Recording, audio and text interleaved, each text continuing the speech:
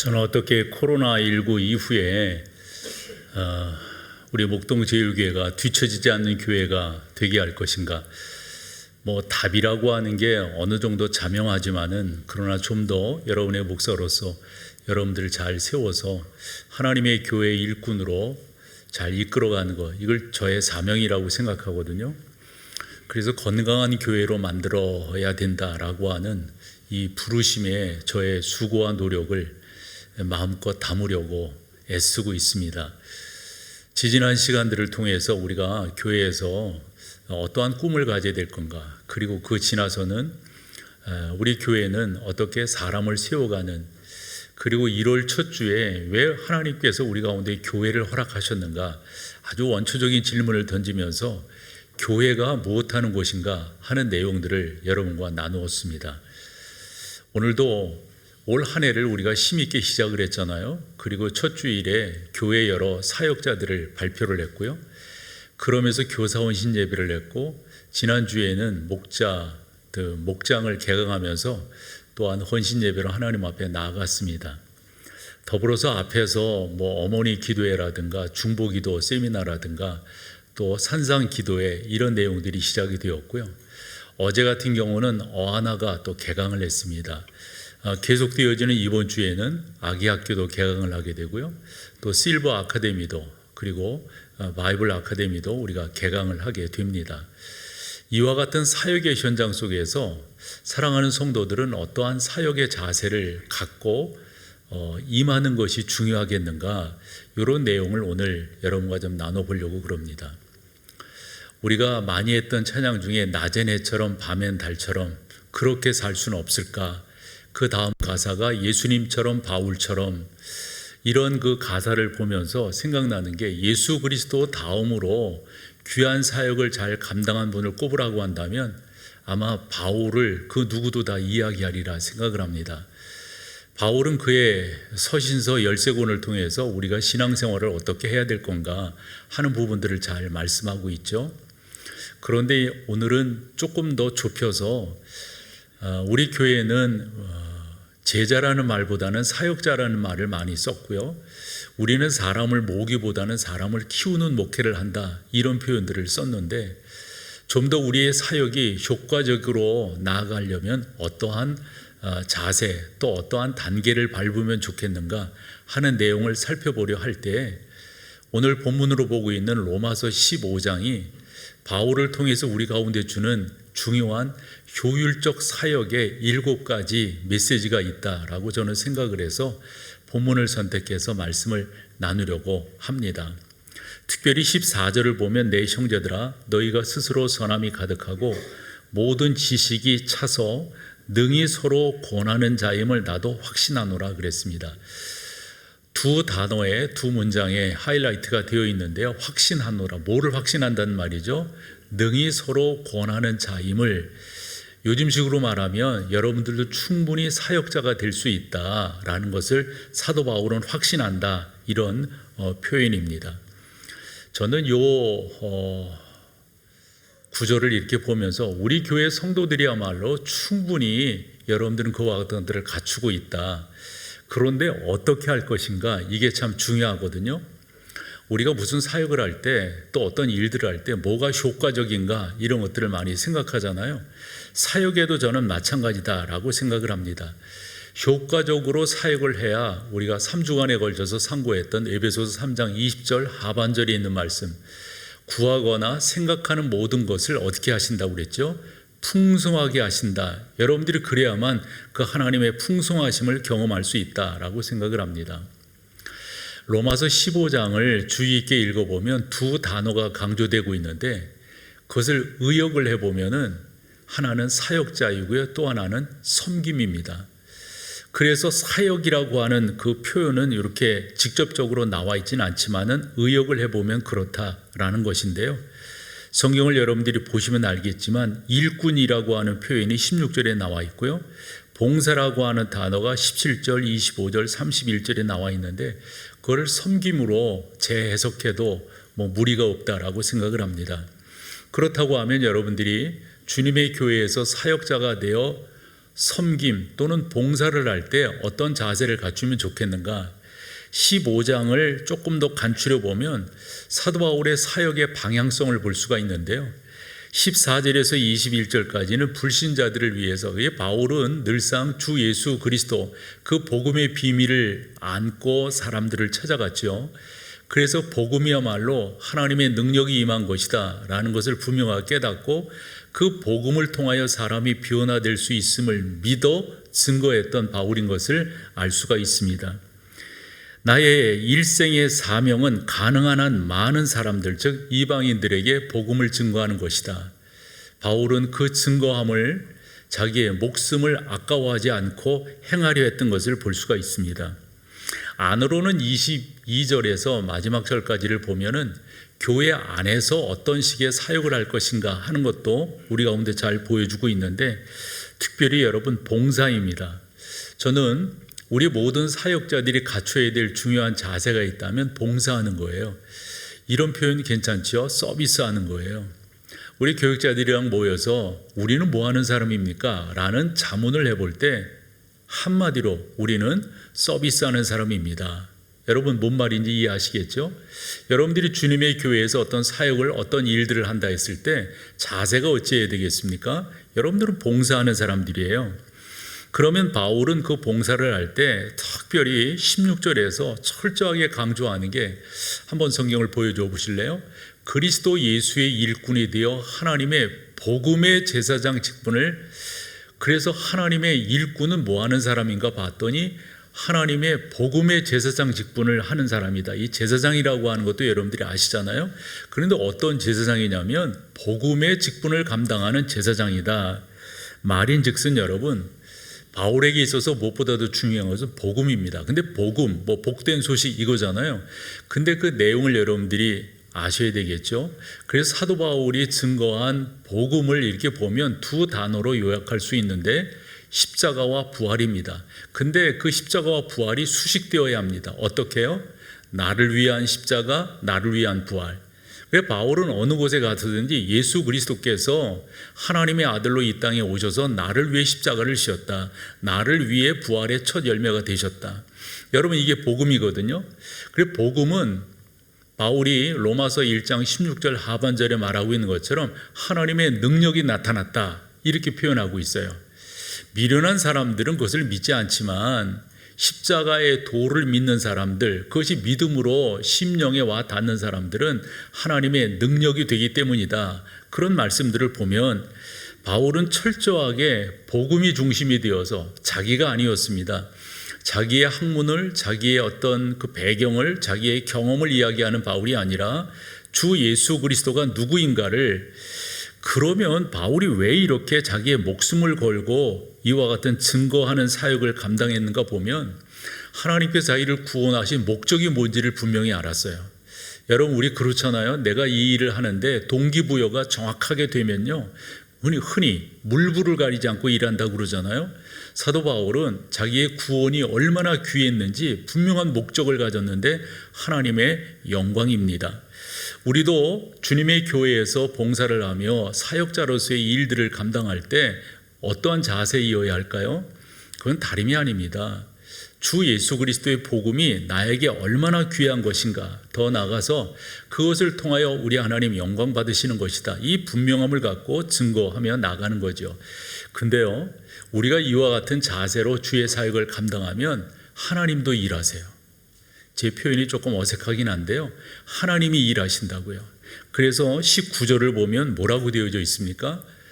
표적과 기사의 능력으로, 성령의 능력으로 이루어졌다. 그러니까 하나님께서 자기와 함께 하셨다. 이런 표현들을 쓰고 있는 것을 볼 수가 있습니다. 저는 이것도 먼저 정리하는 게 중요하다고 보는데요. 바울은 사역을 감당함에 있어서 분명한 원칙이 있었습니다. 우리도 뭔가 일을 할 때 원칙이 있어야 되겠죠. 그것을 일반적으로 법이라고 하고요, 법 안에서 이런 표현들을 쓰는데요, 바울은 철저하게 자기가 정한 귀한 원칙들이 20절에 나와 있는데, 내가 그리스도의 이름을 부르는 곳에는 복음을 전하지 않기로 힘썼노니 이는 뭐라고요? 남의 터 위에 건축하지 아니하려 함이라 그랬습니다. 그 당시에는 전도하는 사람들이 바울뿐만 아니라 뭐 사도들도 그렇고 많은 사람들이 전도자로 나섰습니다. 그렇게 해서 교회도 세우고 그렇게 해서 복음이 증거되는데 바울은 철저하게 다른 사역자, 다른 사람들이 가서 복음을 증거한 곳에는 본인은 안 하겠다 하는 겁니다.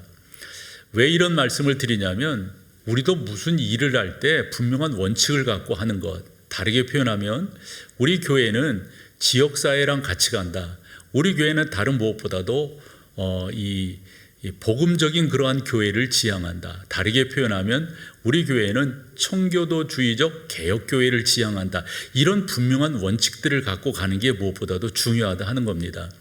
이런 원칙들이 흐지부지하고 심의하고 왔다 갔다 해버리면 중구난방이 되어서 너나 할 것 없이 여기선 이 말하고 저기선 저 말하고 이렇게 되어진다. 그러면 건강한 교회가 될 수가 없어요. 건강한 교회가 된다고 하는 것은 이 모든 것들을 잘 감당하며 나아가야 될 터인데 분명한 원칙입니다. 여러분들이 여러 번 말씀드렸습니다만 저는 20대 때 정한 것들이 많은데요. 그 중에 하나가 제가 그때 교육전사를 할 때 이건 안 되겠다 싶어서 뭐를 저 자신이 정했냐면 나는 개척교회는 안 한다 이거였어요. 제 나이 때 되는 사람들이 그때 한참 개척교회를 할 때이거든요. 근데 저는 왜냐하면 제가 사역했던 그 교회가 그 건물의 3층에 있었고요. 그 2층에도 교회가 있었어요. 지금도 기억나는 게 여름철이면 지금처럼 이렇게 뭐 냉난방 시설이 잘 갖춰져 있는 것이 아니라 그렇지 않았거든요. 그래서 그때도 지금 기억해 보면 광고된 게 뭐였냐면 벽걸이 선풍기를 누가 헌물했습니다 이런 거였어요.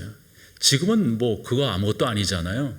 근데 그 당시에는 벽걸이 선풍기. 근데 벽걸이 선풍기가 걸어서 왔다 갔다 하면서 바람을 불게 하더라도 그 더위를 이겨낼 수 있어요. 문을 열잖아요. 예배 때 문을 열면 2층에서 찬송소리, 3층에서 찬송소리 복잡해요. 여러분 저는 목회를 하면서 이렇게 했던 것도 기억하실 것 같은데요. 화장장에 갔을 때 고인을 화로에 모시면서 그전에는 찬송을 했습니다. 그리고 기도도 했고요. 근데 저 안 했던 거 알죠? 이유는 간단합니다. 화장장에 화로에 고인을 이렇게 모실 때 보면은 여기저기서 찬송하는 거예요. 뭐 찬송가 경연대회도 아니고. 이런 식으로는 안 하겠다.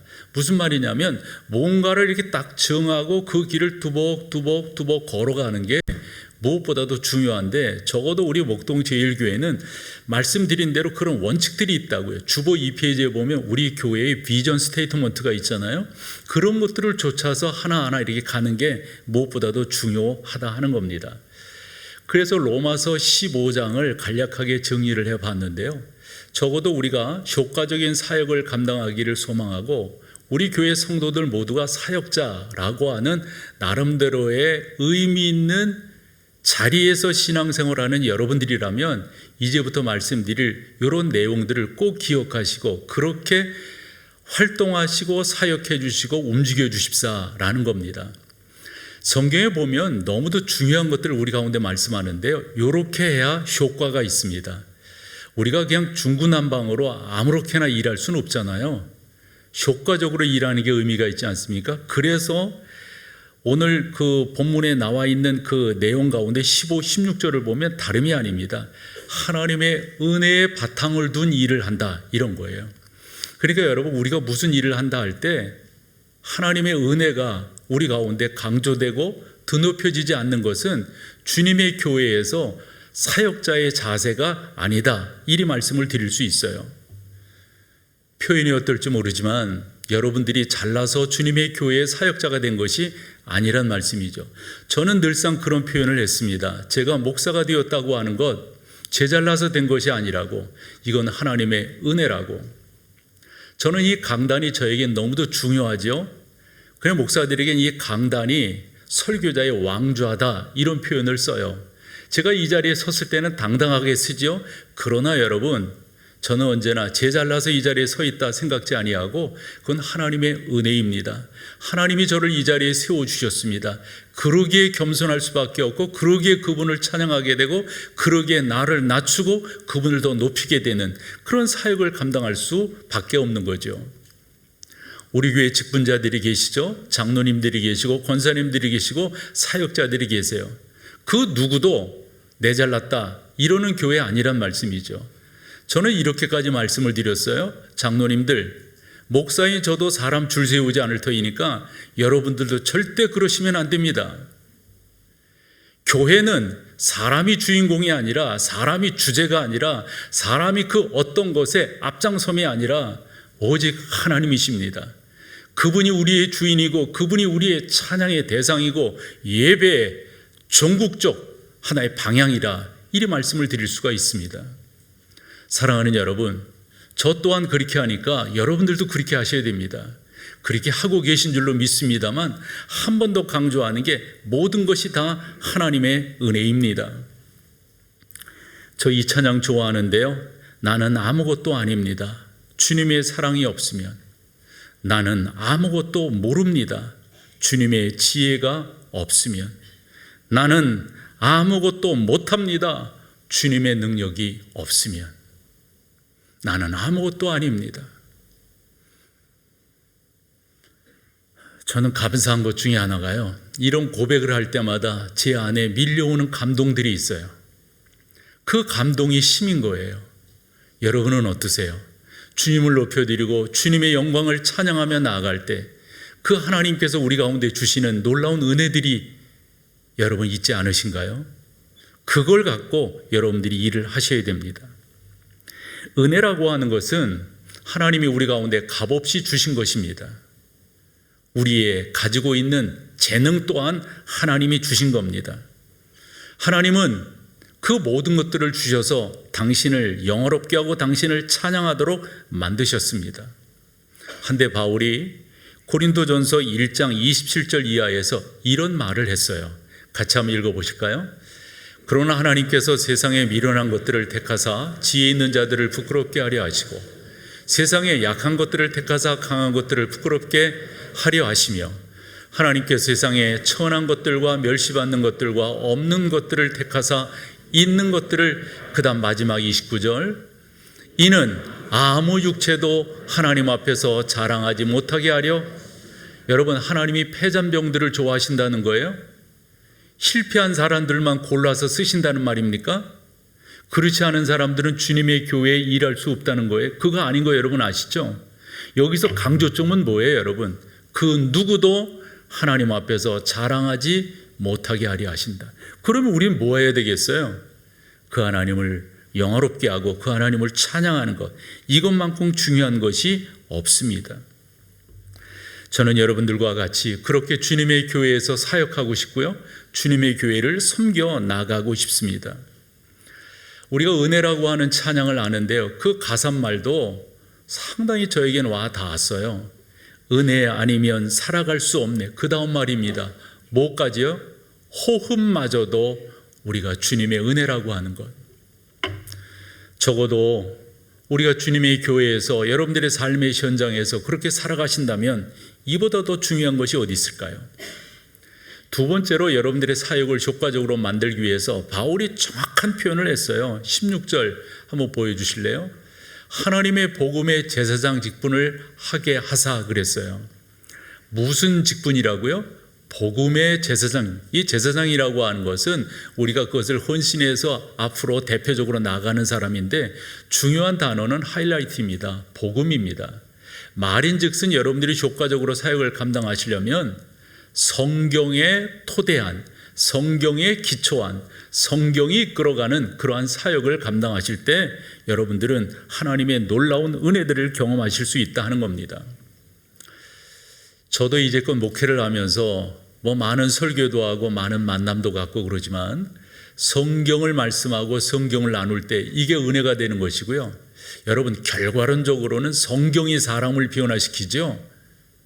사람의 그 어떤 이념이, 모르겠어요. 그때는 그렇게 되는지 몰라도 여러분, 우리 보자고요. 2000년 역사에 있어서 수많은 사람들이 변화되어 주님의 헌신된 사역자로서 살았는데 그 근거가 뭐란 말이에요?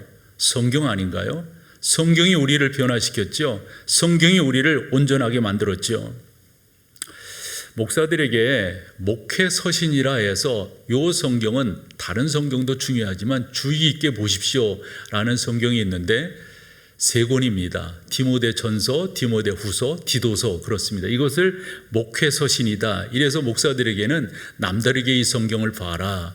왜냐하면 그 성경에 보면은 어떻게 사람들을 사랑하고 무엇을 해야 되고 이런 부분들이 잘 나타나 있다는 말씀이죠.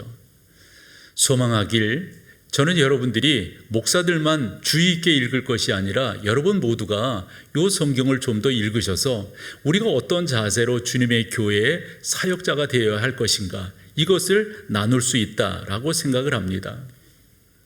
철저하게 헌신과 봉사를 요구하고 있어요. 성경 한 군데를 읽어볼게요. 사도행전 20장 32절인데요. 지금 내가 여러분을 주와 및 그 은혜의 말씀에 부탁하노니 그 말씀이 여러분을 능히 든든히 세우실 것이다. 이런 말이거든요.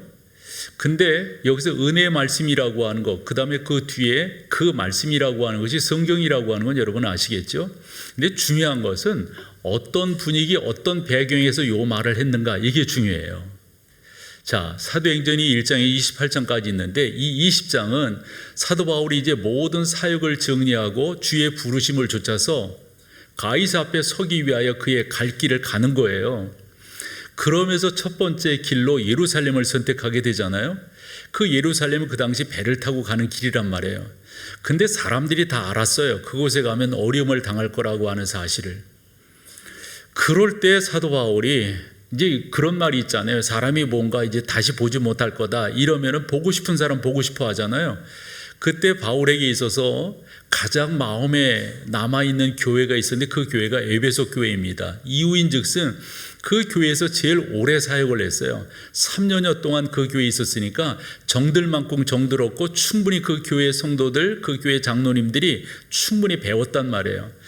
그래서 사도 바울이 그분들이 보고 싶어서 밀레도라고 하는 항구에서 예루살렘 쪽으로 가는 가이샤 그 방향을 향해서 가려고 준비할 때 사람을 보냅니다. 에베소로. 그래서 그 장로님들을 초청을 해요. 금방 왔어요. 보고 싶으니까 서로. 그래서 여차해서 내가 그곳에 가려. 그 사람, 그 장로님들을 말리는 거예요. 그럴 때 사도 바울의 유명한 고백이 사도행전 20장 24절에 나오잖아요. 뭐죠, 여러분? 24절. 주 예수께 받은 사명 곧 은혜의 복음을 증거하는 일을 마치려 하면은 나의 생명조차 귀한 것을 여기자. 이 바울의 아주 그 단호한 결심, 그 누구도 흔들 수 없는 그러한 그 자세입니다. 그런 자세에서 그 밀레도에서 그 에베소 교회 장로님들과 성경에 보면 그렇게 되어 있어서 팔을 서로 이렇게 허깅하는 거죠. 이 허그하는 거죠. 그래가지고 서로 펑펑 울면서 다시 보지 못할 것에 대해서 아쉬워하고 안타까워하는 거예요. 그러면서 바울이 요 성경을 권면한 거예요. 요 말씀을. 무엇을 권면한다고요? 그 은혜의 말씀에 부탁하노니 그 말씀이 여러분을 능히 든든히 세울 것이니까 꼭 여러분들이 하나님의 말씀에 서 계셔야 됩니다. 하나님의 말씀이 뭔데요? 어떻길래 이렇게 부탁하는 거예요? 바울이 디모데에게 한 말이 있습니다. 디모데후서 3장 16, 17절인데요. 잘 아는 말씀이에요. 같이 읽어보죠. 모든 성경은 하나님의 감동으로 된 것으로 교훈과 책망과 바르게 함과 의로 교육하게. 그 다음에 17절입니다. 뭐라고요?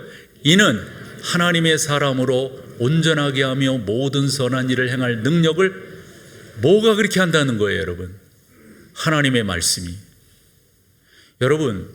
여러분들이 교회에서 어떤 사역을 감당할 때 여러분들의 경험과 경륜이 있으실 거지만 그것이 사역의 바탕이 되어서는 안 된다고요. 여러분들의 연륜이 바탕이 되어서도 안 되고요. 교회 생활 몇 년 했다 이것이 여러분들의 그 어떤 것에 토대가 될 수가 없어요. 여러분들이 효과적으로 승리하는 삶을 살기를 소망하고 사역자의 길을 가기를 원하신다면 다른 것이 아닙니다. 성경에 의해서, 성경이 뭐라고 말씀하시는가, 성경이 무엇을 우리 가운데 교훈하시는가를 잊지 않고 하는 것, 이것만큼 중요한 게 없습니다. 세 번째로는 하나님의 영광을 위해서 여러분들이 목적을 갖고 일하셔야 됩니다. 한 번 더 말씀드리지만 사람이 교회에서 주인공이 될 수가 없어요. 우리 모두는 다 주인공이신 하나님을 위한 조연에 불과합니다. 목사인 저도 그렇게 살아왔고 그렇게 여러분들이 강조했습니다. 제가 언제 박수갈채 받으려 하는 거 보셨어요? 그랬다가는 천벌 받을 거예요. 하나님 그분이 우리의 영광의 대상이시죠. 하나님 그분을 섬기며 나아가야죠. 다른 무엇이. 저는 우리 교회가 감사한 것은 원로 목사님 때부터 이 정신이 분명했어요. 모든 영광은 뭐라고요? 하나님께. 여러분, 이것이 중요한 거예요. 혹여 여러분들이 모임 가운데서 좋아요. 여러분들이 그 가운데서 관심을 받을 수 있고 좋아요. 다른 사람이 여러분들을 좋아하실 수가 있어요. 그렇지만 여러분, 그런 것이 나타날 때 점잖게 또 의미 있게 또 다르게 표현한다면 상대방에게 미안치 않게끔 사양할 줄 아는 것. 우리는 하나님을 찬양하는 것입니다. 사람이 주인공이 될 수 없습니다 라고 말하는 게 적어도 개혁주의 신앙을 갖고 있는 목동제일교회의 칼라다 하는 거예요. 이것을 위해서 우리는 살아야 됩니다. 지난 주일이 우리 교회 47주년 되는 기념주일이었습니다. 저는 뭐 그런 기념주일이 있더라도 그렇게 특별하게 뭘 하지 않죠. 저는 이제까지 살아오면서 뭐 부모님은 그렇게 해주셨지만 제가 그래도 오늘 철이 있어서 이렇게 살아갈 때는, 결혼하고 살아갈 때는 제 생일 그렇게 챙기지 않았습니다. 왜냐하면 그런 게 그렇게 중요하지 않아요. 정말 중요한 것은 하나님 앞에서 내가 살아있는가 서 있는가, 이게 중요한 거죠. 우리 교회 주보 2페이지에 보면 미션 스테이트먼트가 있는데 정말 내가 그 정신에 입각한 삶을 살고 있는가, 이게 중요한 거죠. 어쨌건 지난번 그렇게 지내면서 한 분이 쪽지를 하나 주셨어요. 목사님 감사하다는 거예요. 뭐가요? 지난 47년 동안 교회가 아무런 분쟁 없이 지나올 수 있었던 것. 여러분 생각해 봐요. 왜 분쟁이 생기는 겁니까? 딱 하나입니다. 사람이 주인공이 되려고 하니까. 딱 하나입니다. 나무 비유에 있어서 감람나무, 포도나무, 무화과나무는 다 사양하는데 어떤 나무만 자기를 섬기라고요? 가시나무만은.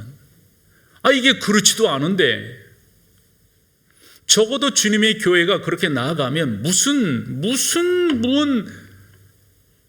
자연스러운 거 아닙니까? 그게 더 사람이 자꾸 하나님의 영광을 취하려고 하니까 교회가 문제가 생기고 신뢰도가 떨어지는 것 아니겠어요?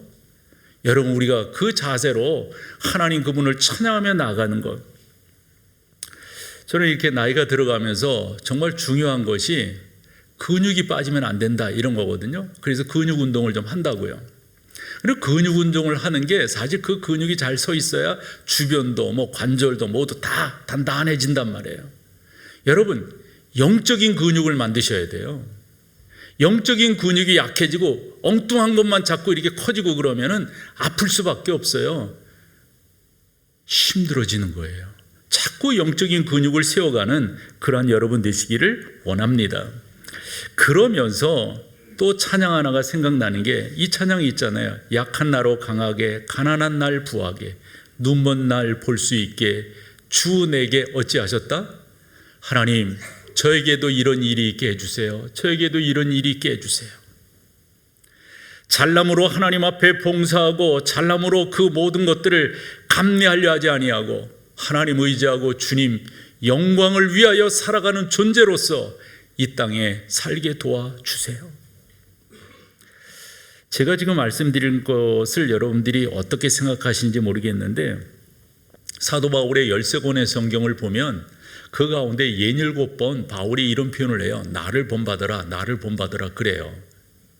세 군데 성경만 읽어볼게요. 먼저 빌립보서 3장 17절입니다. 형제들아, 너희는 함께 나를 본받으라. 고린도전서 4장 16절입니다. 그러므로 내가 너희에게 권하노니 너희는 나를 본받는 자가 되라. 같은 성경 11장 1절입니다.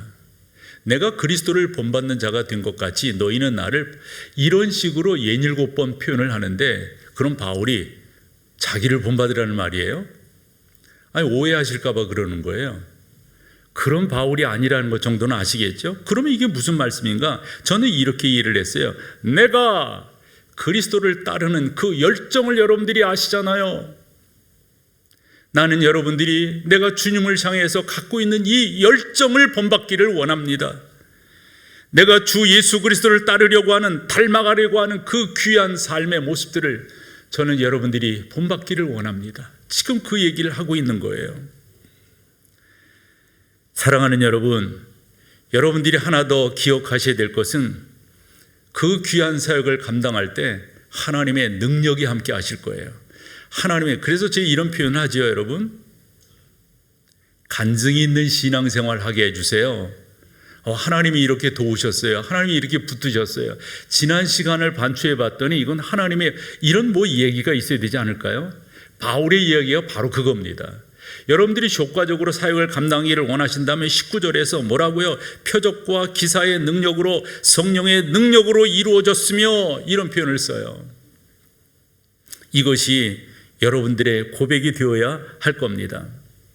만약 성령 하나님의 역사하심이 여러분 가운데 하나하나 그 사역 걸음걸음 가운데 배어 있지 않다면, 요즘 그런 표현들 하더군요. 제로섬 게임이라고. 다 아무것도 아닐 거예요. 만약 여러분들이 하나님의 영광과 하나님의 능력과 하나님의 나타나심이 여러분의 삶 속에 하나하나 있다면 그것 또한 하늘나라에 차곡차곡 복리로서 쌓이게 될 것입니다. 스가랴는 4장 6절에서 이렇게 말했습니다. 하이라이트 한 것만 읽어보죠. 이는 힘으로 되지 아니하며 능으로 되지 아니하고 뭐로요? 이것을 우리는 믿는 거예요. 그것에 대한 여러분들의 자증적 고백이 있어야 되는 거죠. 맞아요. 이건 내가 한 게 아니에요. 이건 하나님이 하셨어요. 하나님이 도우셨어요. 고린도전서 2장 1절에서 5절까지를 보면 바울도 실패한 적이 있었습니다. 그러나 바울이 그 가운데서 당당하게 나아갈 수 있었던 것은 2장 4절 5절인데요. 4절 보여줘 보세요. 내 말과 내 전도함이 설득력 있는 지혜의 말로 하지, 뭔 말인지 여러분 아시기에 바울은 뛰어난 사람이었어요. 학문이라든가 그의 모든 것들이, 언어 이런 것에 상당히 뛰어난 사람이에요. 그런데 그런 것들을 하지 아니하고 다만 뭐래요? 성령의 나타나심과 능력으로 했다 이거예요. 그 다음 절, 너희 믿음이 사람의 지혜에 있지 아니하고, 여기에도 다만이에요. 다만 어떻게 했다는 거예요? 하나님의 능력에 있게 하려 하셨노라. 바울은 철저하게 그 사실을 고백하며 나아가고 있습니다. 여러분, 우리가 하나님의 능력 가운데 있다고 하는 것, 참 여러분, 참 우리가 이제 저 또한 그런데 내가 성령의 사람이라고 하는 것을 스스로 확신할 수 있는 게 뭐냐면, 나를 내려놓으면 내려놓을수록, 이 기독교 용어로 쓴다면 나를 부인하면 부인할수록, 여러분 행복한 건 어쩐 이유예요 이게요? 나를 내려놓으면 내려놓을수록, 하나님 그분을 높이면 높이고 그분을 찬양하면 찬양할수록 내 안에 감동이 있는 것은 어쩐 이유에, 뭘로 증명할 수가 있어요? 뭘로 여러분 그 사실에 대해서 반증할 수가 있을까요? 내가 성령의 사람이기 때문에 그런 거 아닐까요? 여러분 마찬가지 아니세요? 그렇게 주 예수의 이름과 그분의 영광을 위해서 바울이 어떤 말까지 하냐면요, 고린도 후서 11장 22절에서 28절까지를 보면 여타 사람이 자랑하기로 한다면 자랑할 것이 너무 많다는 거예요. 너무 많다는 거예요. 그런데 바울이 29절에서 뭐라고 말해요? 내가 자랑하기로 한다면 누구보다도 학문이라든가 배경이라든가 집안이라든가, 흔한 말로 바울이 늘상 강조했던 게 나는 로마 시민이다 이거 강조했으나, 그런 식으로 자기는 자랑하지 않는다는 거예요. 봐봐요. 누가 약하면 내가 약하지 아니하면, 누가 실족하게 되면 내가 애타지 아니하더냐. 그 다음 절, 중요한 게 이겁니다. 뭐죠 여러분? 내가 부득불 자랑할진대 뭐를요? 여러분 이게 반어법 아니에요? 이게 기독교의 진리 아니에요? 나를 부인하면 부인할수록, 하나님 그분을 높이면 높일수록 그 은혜가 나한테 강력하게 임하는 것, 여러분 이거 은혜 아닙니까? 그래서 바울은 빌립보서 4장 13절에서 그 유명한 표현을 합니다. 내게 능력 주시는 자 안에서 그럼 내게 능력 주시는 자 안에서는 조건이 있어야 되잖아요. 무슨 조건입니까? 나를 내려놓는 거잖아요. 하나님 당신이 나를 지배해 주세요. 하나님, 당신이 내 모든 것이 되어 주십시오. 이런 고백이 있으니까 이런 게 되는 거 아닐까요? 사랑하는 여러분, 효과적으로 사역을 감당하기를 원하신다면 다른 것 없어요. 목적이 분명해야 됩니다. 목적이. 저는 우리가 그런 삶을 살기를 소망합니다. 목적이 분명하면 피곤도 이길 수 있어요. 목적이 분명하면 실패했어도 좌절하지 않습니다. 그 목적은 하나님의 부르심입니다. 분명하잖아요. 우리는 하나님의 영광을 위해서 존재한다라고 하는 것. 그 어떤 것도 어떤 사람이 빌리 그레이엄에게 질문을 했습니다. 목사님은 사역을 하시면서 실증이 나신 적은 없으세요? 빌리 그레이엄이 유명한 말을 했습니다. 왜 나라고 피곤하지 않겠어요? 그런데 분명한 것은 실증이 나지는 않습니다. 우리가 흔히 말하는 실패라고 하는 게 왜 없겠어요? 함에도 멈출 수는 없습니다. 왜요? 부르심이 분명하니까요. 여러분, 이와 같은 일들은 여러분 대로 끝나는 것이 아니라 계속적으로 우리의 믿음의 후배들, 우리의 자녀들을 통해서 계속 이 일이 일어나야 됩니다. 마지막 한 가지. 나 이게 너무 중요하다고 생각해요. 이번에 중보기도 세미나를 하면서 우리 교인들 가운데 이렇게 정말 보이지 않는 곳에서 헌신하고 수고하는 분들이 계시구나. 이런 분들이 계시니까 주님의 교회가 제 표현이 좀 어색할 수 있는데요. 탈 없이 갈 수가 있는 거로구나. 얼마나 주님의 교회를 위해서 또 사랑하는 성도 여러분들을 위해서 기도하는 사람들이 많은지. 여러분, 승리의 비결 중에 하나가요, 기도의 후원이 있어야 돼요. 내가 지금도 기억나는 하나가 있는데요. 학교 때 제 친구 중에 하나가, 그 친구는 이제 대학 때 예수님을 믿고 신대원을 온 친구예요. 저보고 그런 이야기를 하는 거예요. 그러니까 저보고 부럽다는 거예요. 너는 보리가 보면 잘 되는 것 같대요. 자기는 왜 이렇게 힘든지 모르겠대요. 내가 보기에 별로 힘든 건 없는데, 그러면서 자기가 분석을 했다는 거죠. 하는 말이, 너는 기도해 주는 사람이 많아서 그렇고 자기는 기도해 주는 사람이 없다는 거예요.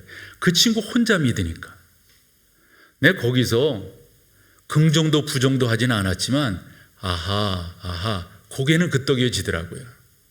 여러분, 누군가 나를 위해 기도할 수 있다고 하는 거 얼마나 감사한 거예요. 당신을 위해 누군가 기도할 수 있는데 왜 염려하십니까? 왜 그런 찬양 가사도 있지 않습니까? 여러분, 30절 같이 한번 읽어볼까요? 30절. 너희 기도에 나와 힘을 같이 하여 나를 위하여 하나님께 빌어달라고. 나를 위해 하나님께 빌어달라고. 31절도 한번 보실까요? 같이 읽어보세요. 나로 유대에서 순종하지 아니하는 자들로부터 건짐을 받게 하고 또 예루살렘에 대하여 내가 섬기는 일을 성도들이 받을 만하게 하고, 이 모든 것들이 다 뭐냐면 전능하신 하나님 앞에 구하는 사람들의 그 기도로 말미암아 이런 일들이 이루어진다 하는 겁니다. 사랑하는 여러분 가운데 이런 역사들이 있기를 소망해요. 설교 노트를 한 번 더 보시면서 또 목장 예배 때 한 번 더 살펴보시면서 정말 우리가 효과적으로 하나님의 은혜를 나누기 위해서는 어떠한 길을 가야 되는가. 많은 교회들이 있지만 우리 목동 제1교회가 주의 말씀 가운데 돈독하게 서서 하나님의 은혜를 더 풍성하게 나누는 귀한 역사가 있기를 간절히 소망합니다. 다 같이 자리에 일어서셔서 마지막 찬양으로 주 앞에 나갑니다.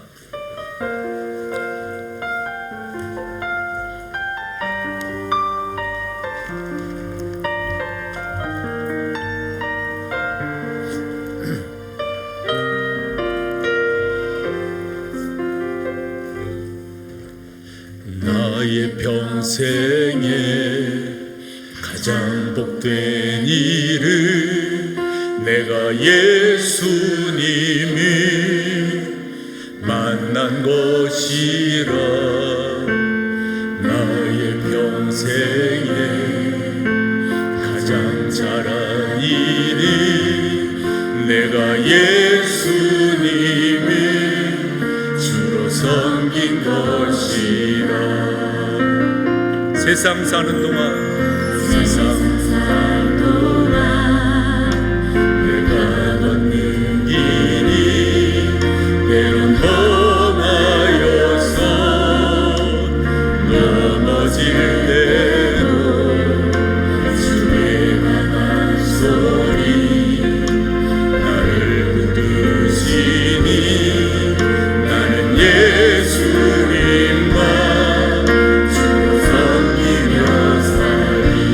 할렐루야. 아멘. 나는 주님을 믿는 곳에 후회가 없으니라. 내가 걸어온 모든 시간 다 주의 은혜니. 내가 걸어갈 모든 날도 주만 섬기며 살리. 오직 예수 이름 부르며 살아가리라. 이것이 나의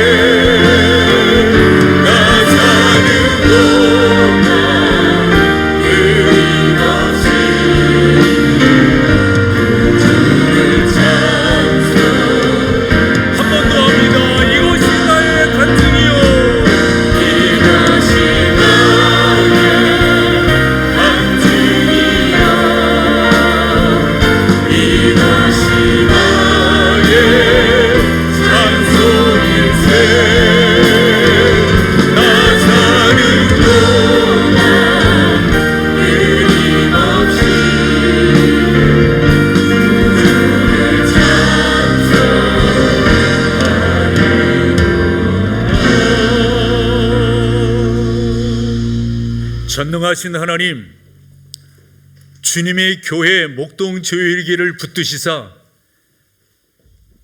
코로나19 이후에 여러 가지로 재편되어지고 있는 모든 상황 속에서 우리의 신앙을 올곧게 지켜가며 우리의 사역을 좀 더 순수하게 주 앞에 진행시켜 나가는 은혜가 있기를 소망합니다. 거룩하신 하나님, 전능하신 하나님, 사랑하는 성도들을 복되게 하셔서 하나님의 사람들로 주의 거룩한 사역을 감당하는 사역자들로 섬김으로 승리할 수 있도록 인도하여 주시옵소서. 우리 주 예수 그리스도의 은혜와 아버지 하나님의 사랑과 인도하시는 성령의 역사가 귀한 여러분 가운데 늘 함께 하시기를 축원하옵나이다. 아멘.